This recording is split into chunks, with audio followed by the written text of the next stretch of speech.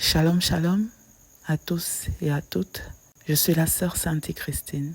Le Seigneur Jésus-Christ de Nazareth m'envoie aujourd'hui adresser ce nouveau message aux premières dames du monde entier, aux actrices du monde entier, ainsi qu'aux féministes du monde entier.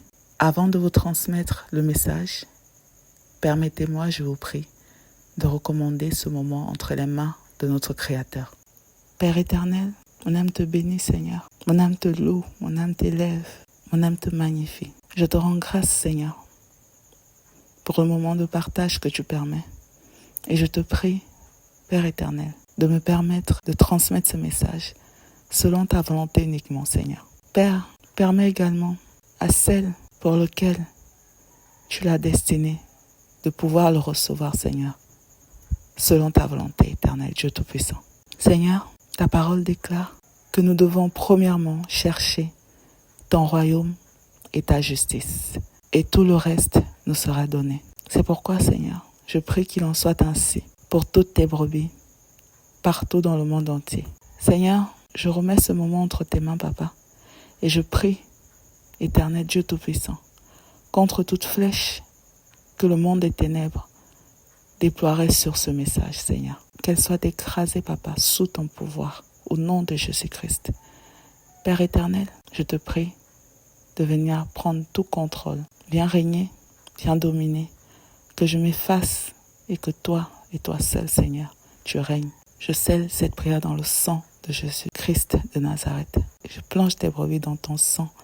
Je me plonge dans ton sang, Seigneur. Que l'honneur et la gloire te reviennent toujours à toi seul, Père éternel. Au siècle des siècles, j'ai prié. Amen. Alors, le 16 du deuxième mois de cette année 2024 du calendrier grégorien, le Seigneur m'a présenté 3 femmes. Parmi ces 3 femmes, il y avait une femme d'un des présidents qui a marqué l'histoire du monde entier.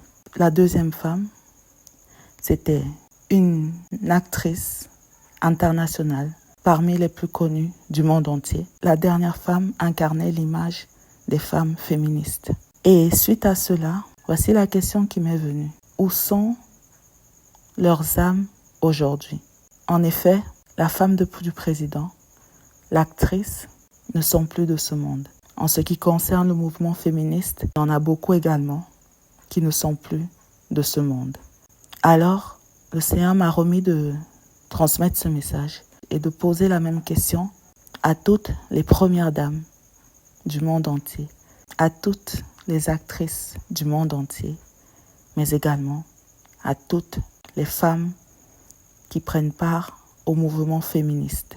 À vous, mesdames, où sera votre âme si la mort venait ou si le Seigneur revenait maintenant, en enfer ou au paradis? Le Seigneur m'a remis de dire aux premières dames du monde entier, aux actrices du monde entier, ainsi qu'aux féministes du monde entier, que sa volonté est de vous accorder un repos éternel dans son royaume.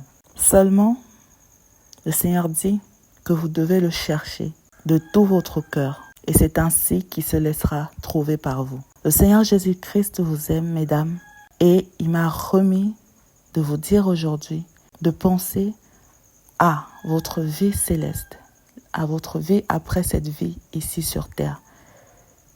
De penser au salut de vos âmes qui, elles, vivront éternellement après la vie terrestre. Le Seigneur m'a remis de vous dire ceci, qu'après cette vie sur terre, il y a 2 options.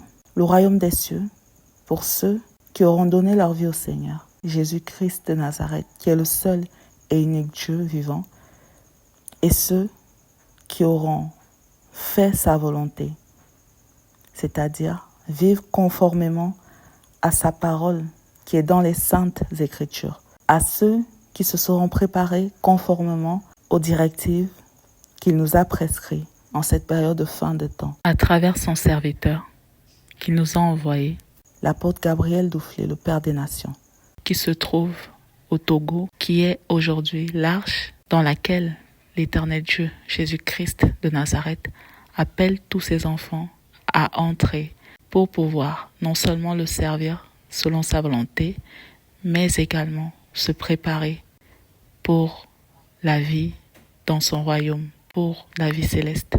Toute personne qui meurt aujourd'hui sans avoir donné leur vie au Seigneur, sans avoir vécu selon sa volonté, toutes ces personnes, en mourant, se retrouvent en enfer. Et ces personnes sont torturées par des démons.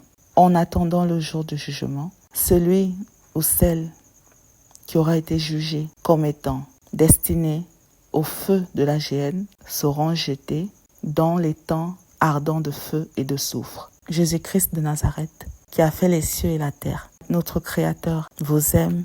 Il veut que vous soyez dans son royaume pour que vos âmes aient un repos après la vie ici-bas, après la vie terrestre. Et c'est pour cela qu'il m'envoie aujourd'hui afin de vous inviter à vous repentir et vous encourager à le chercher, à abandonner les œuvres des ténèbres, la séduction de l'ennemi, tout ce que l'ennemi enseigne dans le monde qui est contre la volonté de Dieu.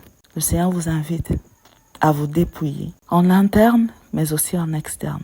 Pour mieux comprendre cette notion de dépouillement, je vous encourage à aller consulter ces vidéos afin d'être mieux éclairé. Selon 1 Timothée au chapitre 2 au verset 9 à 10, la parure de la femme est l'une des premières causes qui conduit beaucoup de femmes en enfer. Tout ce que nous mettons sur nous, tout ce que nous ajoutons sur nous, tout artifice que nous portons sur nous n'est pas dans la volonté de Dieu, mais aussi tout ce que nous gardons en nous comme pensée, comme sentiment, comme caractère qui ne glorifie pas le Seigneur sont des péchés et les péchés conduisent en enfer. Parce que Jésus-Christ de Nazareth vous aime, vous ces filles qui êtes des premières dames dans ce monde, vous ces filles qui êtes des actrices dans ce monde, et vous ces filles qui prenez part au mouvement féministe, le Seigneur Jésus-Christ vous invite, vous appelle à vous repentir, à vous dépouiller, à revenir vers lui afin de sauver vos âmes. Le Seigneur m'a remis de vous transmettre, mesdames, ce passage des Saintes Écritures qui se trouve dans le livre Marc au chapitre 8 au verset 36 à 37. Je lis la parole dans le nom puissant de Jésus-Christ de Nazareth. Et que sert-il à un homme de gagner tout le monde s'il perd son âme? Que donnera un homme en échange de son âme? Amen. Le Seigneur m'a remis de rappeler ceci. Ces femmes qu'il m'avait présentées étaient toutes très connues dans le monde entier. Cependant, la question est de savoir où sont leurs âmes aujourd'hui. Je veux terminer sur ce point en vous invitant d'aller dans la présence du Seigneur et de lui poser la question: comment faire pour que vos âmes soient auprès de lui au siècle des siècles? Car c'est là sa volonté pour vous. Voici le message qui m'avait été remis de vous transmettre à vous, mesdames. Pour compléter ce message, je vous encourage à méditer sur ces versets. 1 Timothée au chapitre 2 au verset 9 à 10. Marc au chapitre 8 au verset 36 à 37. Je vous invite également à aller écouter ces révélations du serviteur du Seigneur Jésus-Christ de Nazareth qui nous a envoyés afin de nous éclairer sur comment faire la volonté du Seigneur, mais aussi afin de nous aider à nous préparer pour pouvoir vivre dans le royaume des cieux, tout en servant pendant notre vie ici-bas notre Créateur Jésus-Christ de Nazareth.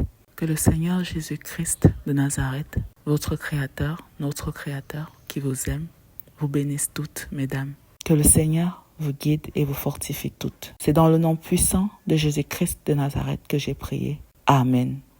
Shalom, shalom. So this message is for all the first ladies in the world, the actresses and feminists in the world. The Lord Jesus Christ of Nazareth gave me this message for you. So the Lord has showed me 3 famous women.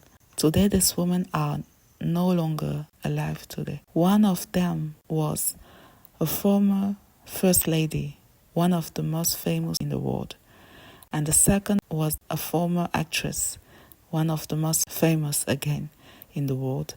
And the last represented the feminist. I received this question so where are their souls today? And from this question, the Lord told me to come and share with you this message. The Lord told me to ask you the same question. Where will be your souls now if you were no longer alive? Where will be your souls now if you were no longer here right now in this world? Would you be in heaven? Will you be in hell? This is the question that the Lord Jesus Christ of Nazareth gave me to ask you. He told me to share with you this information. When people die without having given their lives to the Lord Jesus Christ of Nazareth, but also without having lived according to the Lord's commandments and laws, the person will go to hell. And when we arrive to hell, we are tortured by demons until the final judgment of God. And after the final judgment, the person who will not be welcomed in the Lord Jesus Christ of Nazareth kingdom will be cast into the lake of fire and brimstone with the devil and demons for eternity. And this is not what the Lord Jesus Christ of Nazareth wants for you. This is not what He wants for all the human beings. It is written in Mark 8 verse 36 to 37. I read the word of God in the powerful name of Jesus. For what shall it profit a man if he shall gain the whole world and lose his own soul? Or what shall a man give in exchange for his own soul? Amen. In addition to this message, I received to share with you this information. There is a man that the Lord sent to learn how to live according to God's laws and commandments. His name is the Apostle Gabriel Dufle Koku, the Father of Nations. He is the Lord's anointed, and he lives in Togo, which is spiritual Israel, the place where the Lord Jesus Christ of Nazareth called all his children who want to live according his laws and his commandments, and all his children who want to live with him in his kingdom forever and ever. So here is the message that I received from the Lord for you. So please go and check these videos, this revelation, and pray God in order for you to ask Him what does He want you to do and how can you save your soul. Please don't forget to pray the Lord. God loves you and doesn't want your soul to be destroyed. Don't forget to read again Mark 8 verse 36 to 37, 1 Timothy chapter 2 verse 9 to 10, and the book of Revelation chapter 20 verse 10. May the Almighty God, Jesus Christ of Nazareth, who loves you, bless you all, my dear. I've prayed in the powerful name of Jesus Christ. Amen. Shalom, shalom.